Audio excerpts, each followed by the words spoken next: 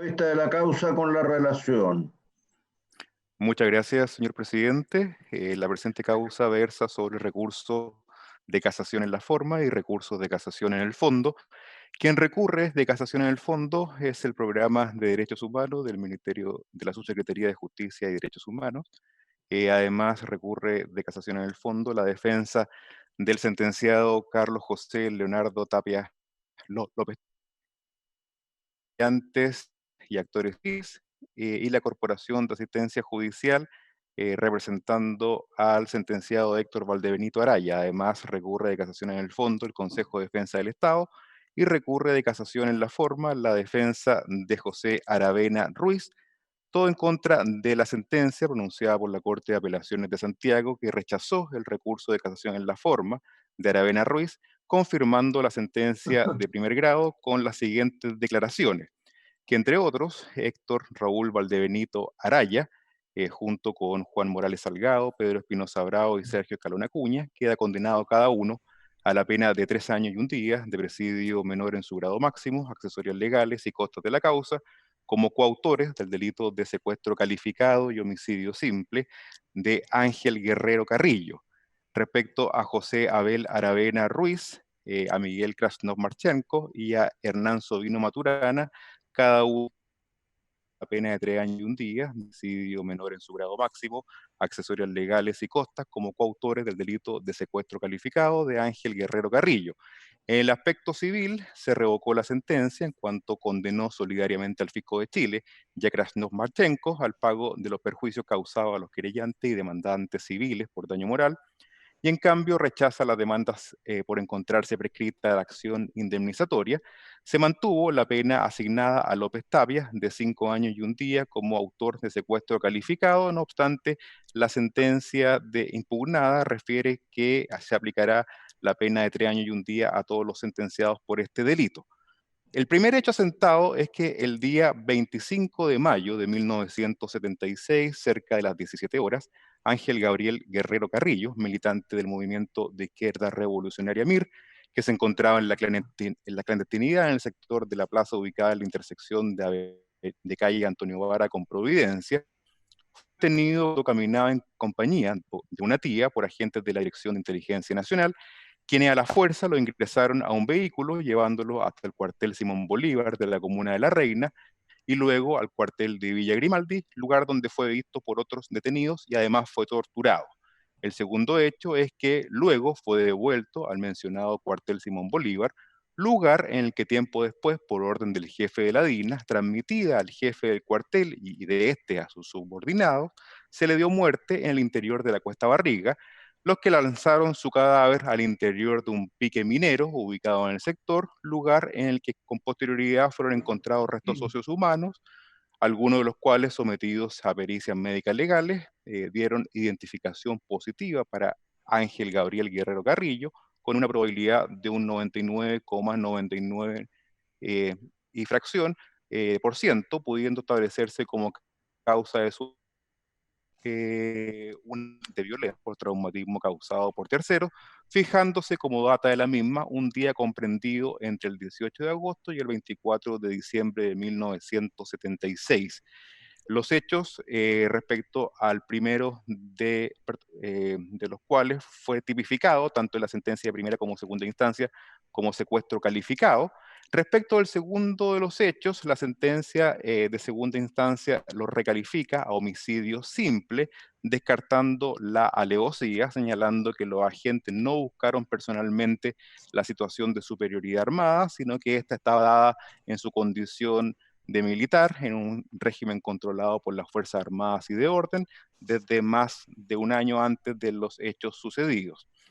También descarta la premeditación, señalando que si bien los autores pertenecían a una unidad jerarquizada y militarizada de la administración de la época, encargada de combatir a los enemigos políticos del régimen, toda meditación fría y todo plan a la comisión del delito en cuanto a la determinación de la voluntad de perpetrar y la persistencia penal en mantener ese propósito y en el espacio de tiempo suficiente, era atribuible al Estado, personas jurídicas no susceptibles de juicio penal, y no a las personas naturales que ejecutaron dicho ilícito.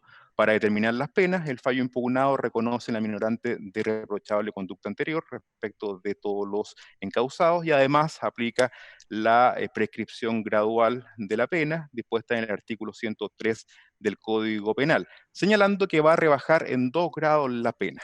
En cuanto al aspecto civil, establece que no existe un marco jurídico de responsabilidad extracontractual del Estado, distinto al establecido en el Código Civil, no existiendo disposición que establezca la imprescriptibilidad y la acción es ejercida dentro de un contenido eminentemente patrimonial, no existiendo norma que declare tal imprescriptibilidad de la acción resarcitoria de perjuicios.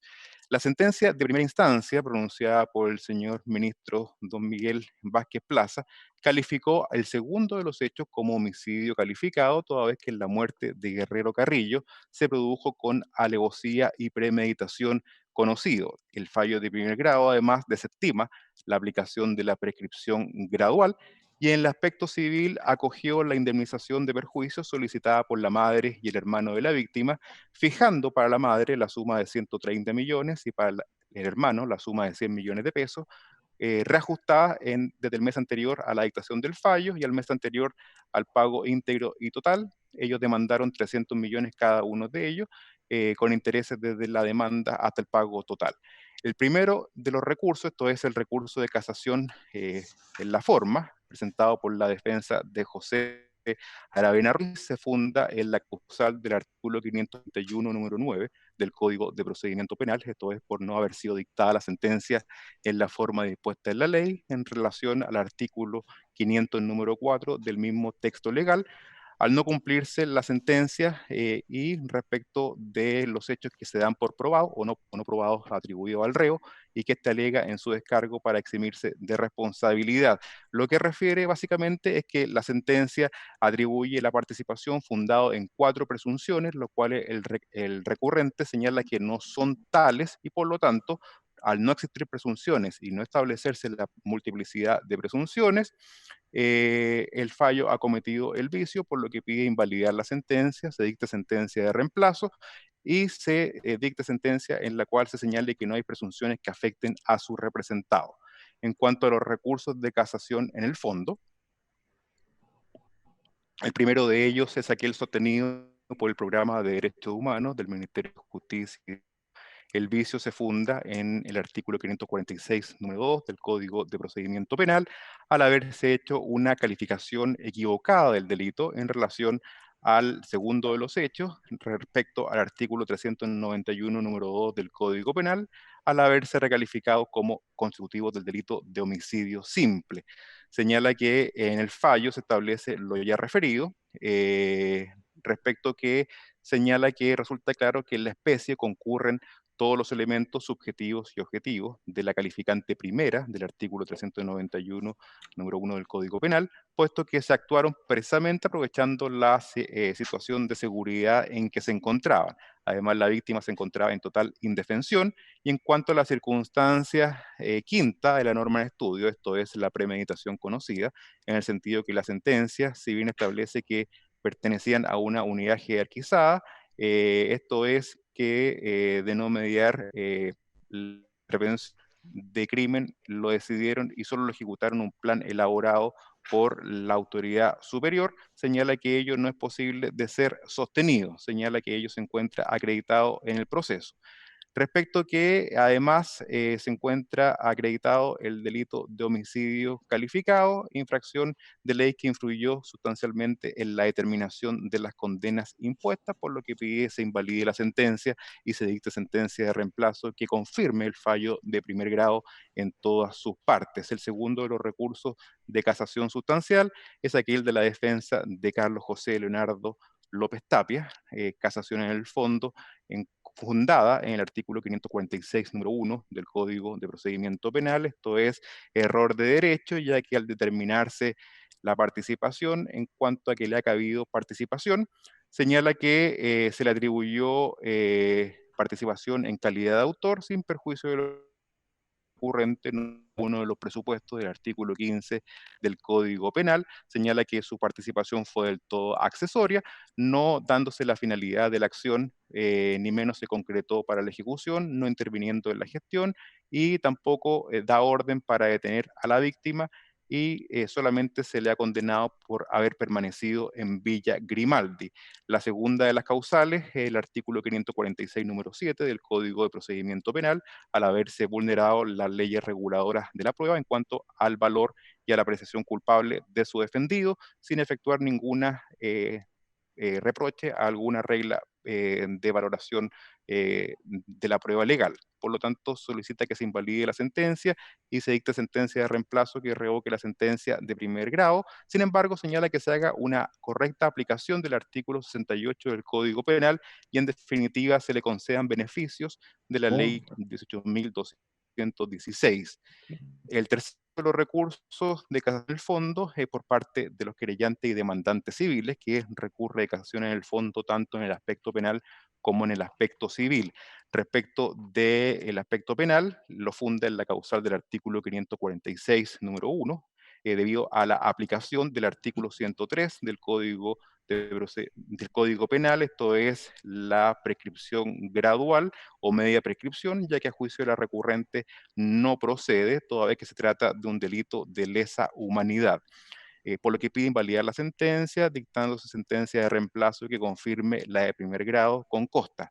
En el aspecto civil, refiere que la casación sustancial la funda en el artículo 767 del Código de Procedimiento Civil en relación a el 546 del Código de Procedimiento Penal, pues al rechazarse la sentencia la demanda civil se habrían infringido estatutos respectivos del Código del Código Civil. Al haberse aplicado, se desconoce la aplicación del artículo 131 de la Convención de Ginebra sobre el tratamiento de prisioneros de guerra, los artículos 1.1 y 63 de la Convención Americana sobre Derechos Humanos y la aplicación del artículo 2332 del Código Civil, vulnerándose además la jurisprudencia de esta Corte en cuanto a la reparación integral del daño, vulnerándose el artículo 6º, inciso 3º de la Carta Fundamental y el artículo 3º de la Ley Orgánica Constitucional de Bases Generales de la Administración del Estado, por lo que pide invalidar la sentencia y se dicta sentencia de reemplazo que confirme el fallo de primer grado. También recurre de casación en el fondo la defensa de Héctor Raúl Valdebenito Araya, fundada en el artículo 546 en sus numerales primero y séptimo, procedimiento penal. Lo anterior, cuanto señala que al determinarse su participación, se ha señalado que por parte de la defensa que él carece de participación alguna en el secuestro y posterior muerte de la víctima, no concurriendo ninguno de los numerales del artículo 15 del Código Penal. Señala que él era funcionario de Carabineros, tenía el grado de cabo primero, siendo un suboficial, que tenía el rango más bajo dentro de la jerarquía de dicha institución, ingresando sin consulta previa a la DINA y realizando labores que eran ordenadas. Señala que carece de participación alguna. En cuanto a la causal séptima, sostiene que se han infringido las reglas reguladoras de la prueba, señala que él no tenía control alguno sobre los hechos y las múltiples declaraciones que entregó señala que se limitaba su labor a realizar labores del tipo investigativo dentro de la DINA. Si bien se le instruyó la orden, señala que en la detención él lo hizo por medio de la orden de autoridad legalmente reconocida y por lo tanto no sería ilegal la orden que ejecutó. Por lo tanto, solicita se invalide la sentencia y se dicte sentencia que absuelva a su representado. Finalmente, el recurso de casación en el fondo, presentado por el Consejo de Defensa del Estado, por el Fisco de Chile, la funda en la causal primera del artículo 546 del Código de Procedimiento Penal, ya que se cuestiona el instituto de la media prescripción o prescripción gradual, ya que se trata de un delito de lesa humanidad que es imprescriptible. Respecto de la segunda causal, esto es el artículo 546, número 2 del Código de Procedimiento Penal. Esto es al haberse recalificado el segundo de los hechos a homicidio simple, en tanto que lo que debería haberse efectuado sería haber mantenido la calificación de la sentencia de primer grado de homicidio calificado, toda vez que se efectuó con alevosía y premeditación conocida. Por lo tanto, solicita impugnada, dicta sentencia de reemplazo que confirme con declaración de que las penas que se piden por los delitos de secuestro calificado y de homicidio calificado es de presidio perpetuo para los autores respecto de cada uno de ellos. Gracias, señor relator. Va a alegar el abogado señor Hunda. Buenos días, señor presidente. ¿Me escucha bien, señor presidente? Muy bien. Muchas gracias. Fuerte y claro. Gracias. Buenos días a todos. Buen día. Gracias, señor. Buenos días. Hablo con respeto y con algún grado de inestabilidad por ser primera vez que me veo en estas circunstancias. Alego su señoría excelentísima por don José Aravena Ruiz, cabo de carabinero de 73 años, actualmente privado de libertad en Punta Peuco por un episodio Colombo. Y es un recurso de casación en la forma en que se invoca como la causal de invalidación del artículo 541, número 9, en relación con el número 4 del artículo 500, y por infracción a las normas del artículo 488 del Código de Procedimiento Penal, su señoría excelentísima. Aravena Ruiz es una persona, situémoslo quién era, es una persona que era miembro de un grupo de trabajo. Cuando muere en un enfrentamiento con extremistas del MIR, su jefe Tulio Pereira, él lo nombran jefe de un grupo de trabajo de 3 personas. Eso era todo lo que él hacía. Él era un cabo, no tenía, ¿cómo se dice en doctrina? No tenía dominio del hecho de ninguna especie. Él está condenado en estos hechos. Hay 2 situaciones. Una es el secuestro y la otra es el homicidio. Hay imputados que están condenados por ambas cosas, por ambos delitos, perdón, y el señor Aravena solamente está condenado a 3 años y 1 día por el secuestro calificado. Su señoría, lo que voy a decir no lo digo ni con gracia ni con alegría, sino que lo digo con lástima y también con pena. La DINA fue exitosa en su represión y desgraciadamente fue tan exitosa, y no quiero ser malinterpretado por ningún motivo, quiero contextualizar solamente las cosas. Fíjense que el MIR dura 9 meses, porque la DINA empieza a operar bien en los primeros días del 74 y prácticamente el 5 de octubre con la muerte de don Miguel Enrique. 9 meses. ¿Por qué ocurrió eso? Porque la DINA trabajó como se debía trabajar. La DINA era todos miembros militares. La DINA trabajó como se debía trabajar la represión. Y por eso es que tuvieron éxito.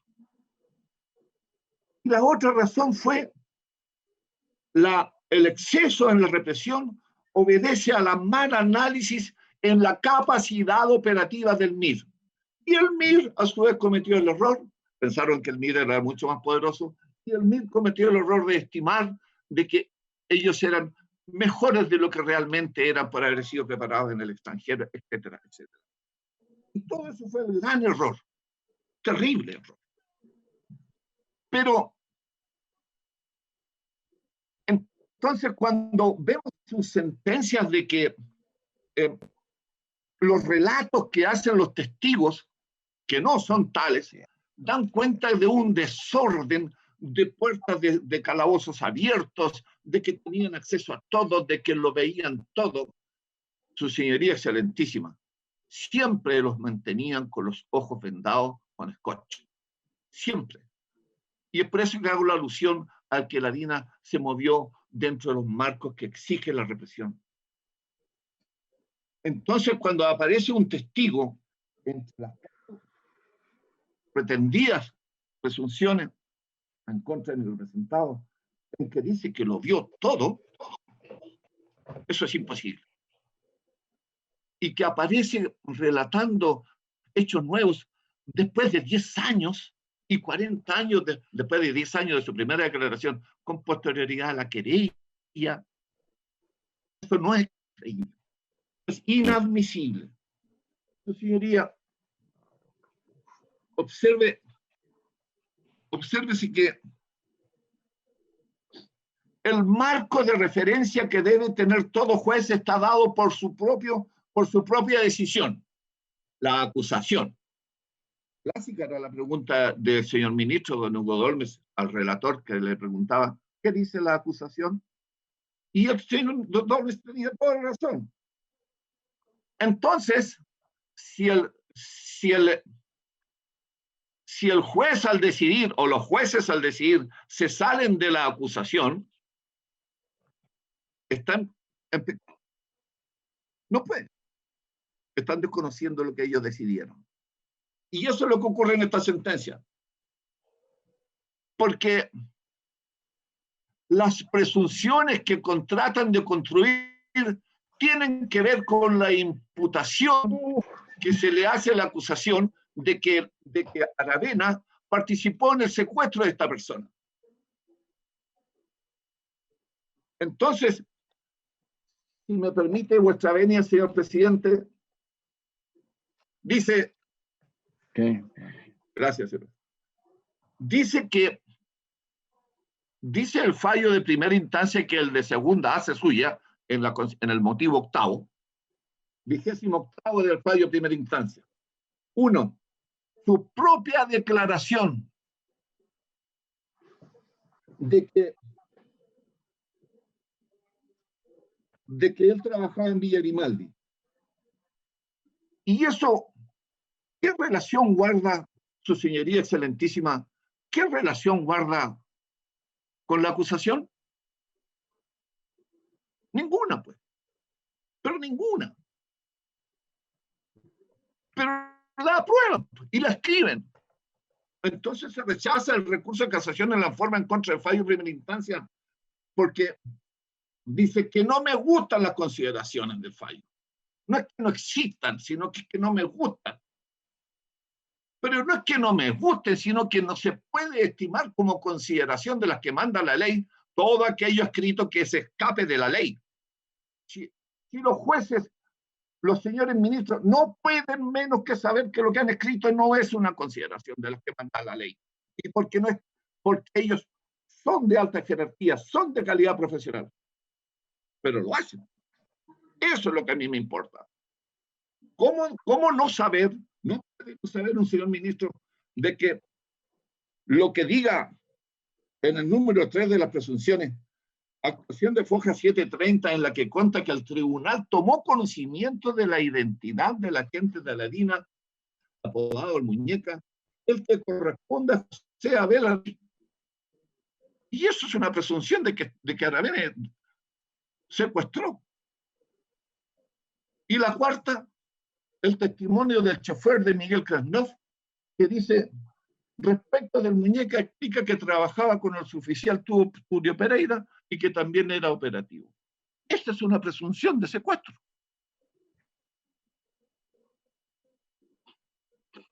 Y entonces, y la número 3, su señoría excelentísima, la número 2, son los dichos de Leonardo Alberto Schneider Jordán, su señoría.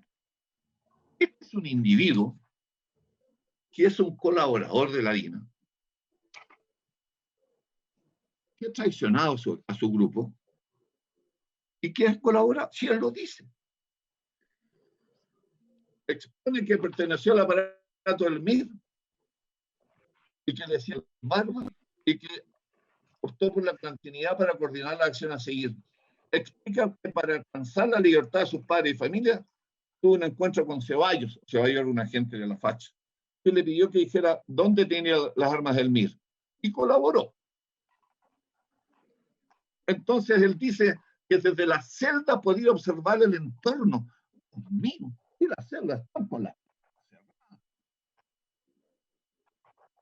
¿Cómo va a haber nada?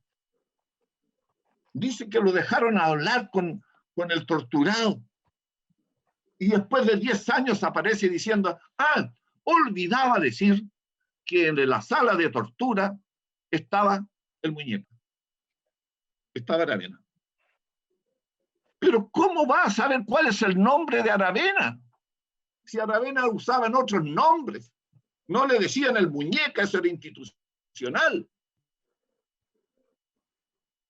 ¿Por qué? Porque la DIN hacía las cosas bien.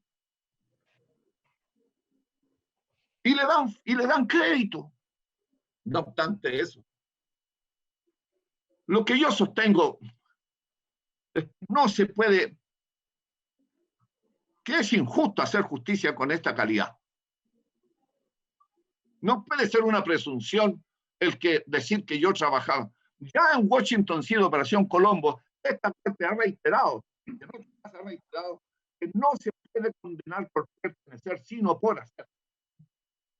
Y la condena es por pertenecer.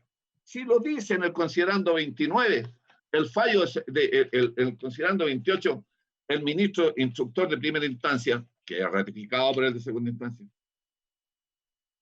Efectivamente, el cantado al tiempo de la privación de libertad de la víctima era agente operativo que se desempeñaba activamente en Villa Grimaldi. Por pertenecer.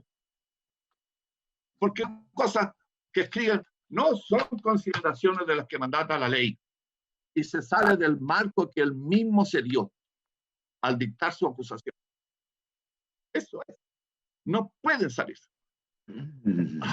Entonces, no es un hecho real y probado de que Aravena haya participado en la detención de una persona. Yo, señor presidente, yo sé que a usted no le gusta mucho las reiteraciones, pero sepa disculparme esta vez. ¿Cómo podemos aceptar de que se tome que es una presunción, una consideración de la que mandata la ley, el que se diga que una persona que trabajaba en Villa Grimaldi, el que se diga que una persona era miembro de la DINA? Desde esa perspectiva, debimos haber condenado a los 3.000 agentes de la DINA. Y no se hizo. Señor presidente, excelentísima corte.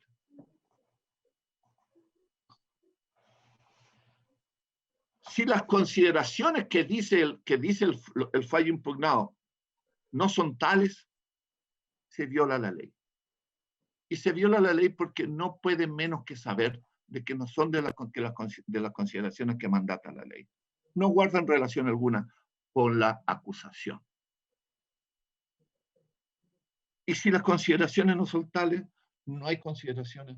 Por lo tanto, esta sentencia debe ser casada y de conformidad a la norma pido que se dicte un nuevo fallo de reemplazo que diga que no hay elemento alguno en auto que permita sospechar siquiera de que el señor Aravena participó en los hechos que se le atribuyen. Tanto es así que el principal encartado, el señor Valdebenito, está confeso del hecho de la detención y de la muerte junto con Sovino. No menciona a Aravena Ruiz. Es cuanto alego, señor presidente. Gracias, señor abogado. Señor Paredes, le pregunto, ¿puede finalizar su alegato a las 13 horas? Sí, señor presidente. Porque tenemos sesión de tribunal pleno a continuación, entonces. Y la señora abogada y el señor Delgado alegarán en la audiencia de mañana, después de la vista de las causas agregadas. Puede alegar, señor. Gracias, señor presidente. Alego por la parte querellante y demandantes civiles, solicitando se acojan los recursos de casación en el fondo, tanto en materia penal como en materia civil. Excelentísima Corte, en primer lugar, trato de ser tan redundante porque la casación desde el punto de vista penal se basa en la inaplicabilidad de la prescripción gradual, es decir, creemos que hay un error de derecho al aplicar el artículo 103 del Código Penal.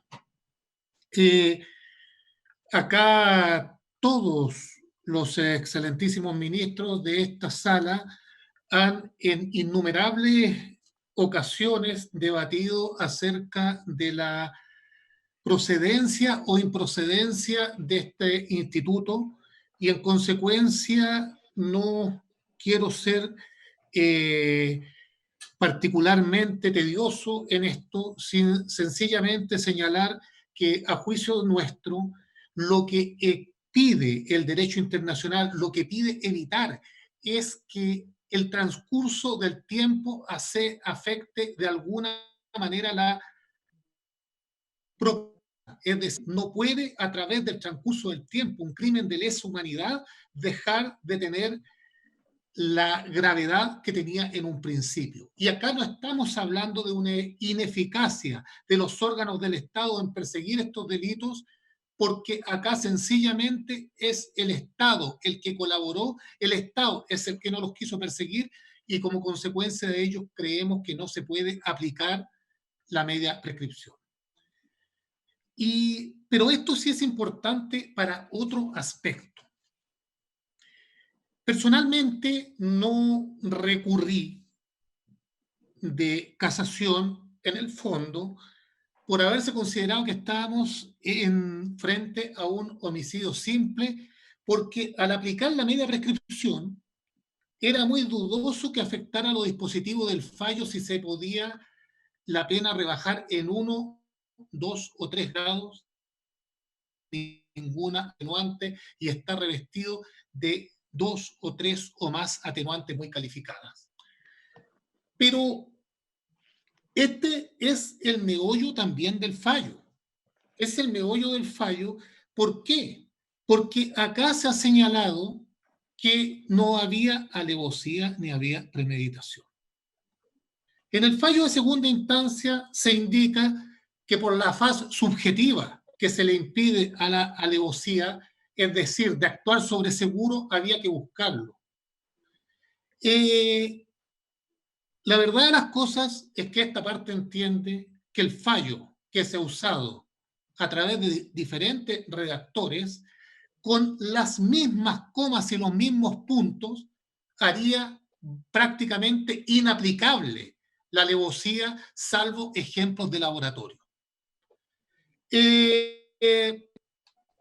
Excelentísima Corte, aquí lo que se ha dicho es que el Estado es el que premeditó, el Estado es el que dejó en la indefensión.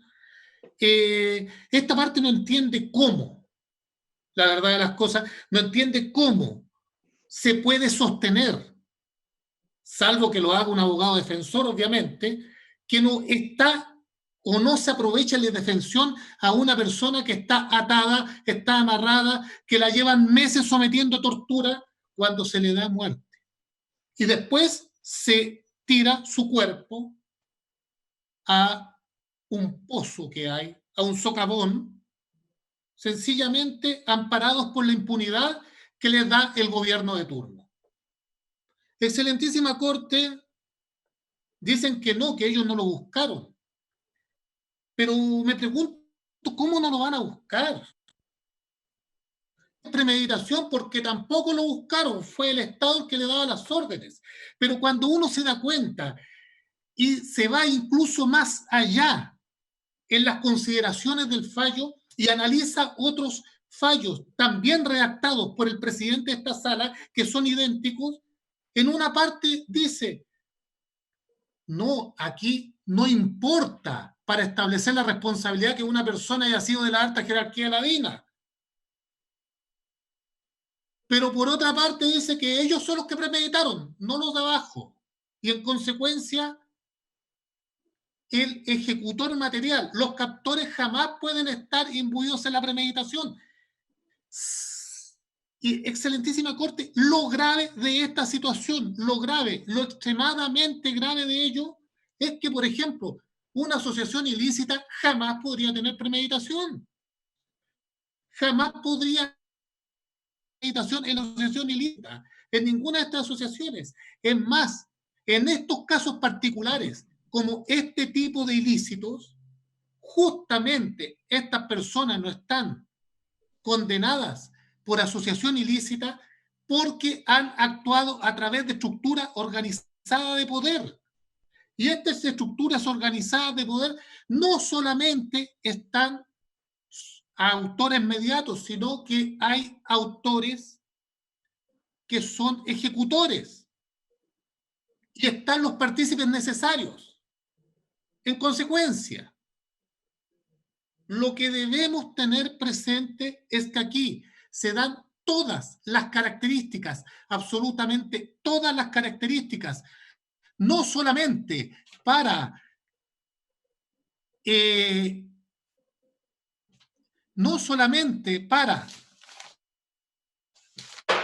de alguna manera establecer la alevosía como calificante, sino que además para que actúe como agravante genérica la premeditación.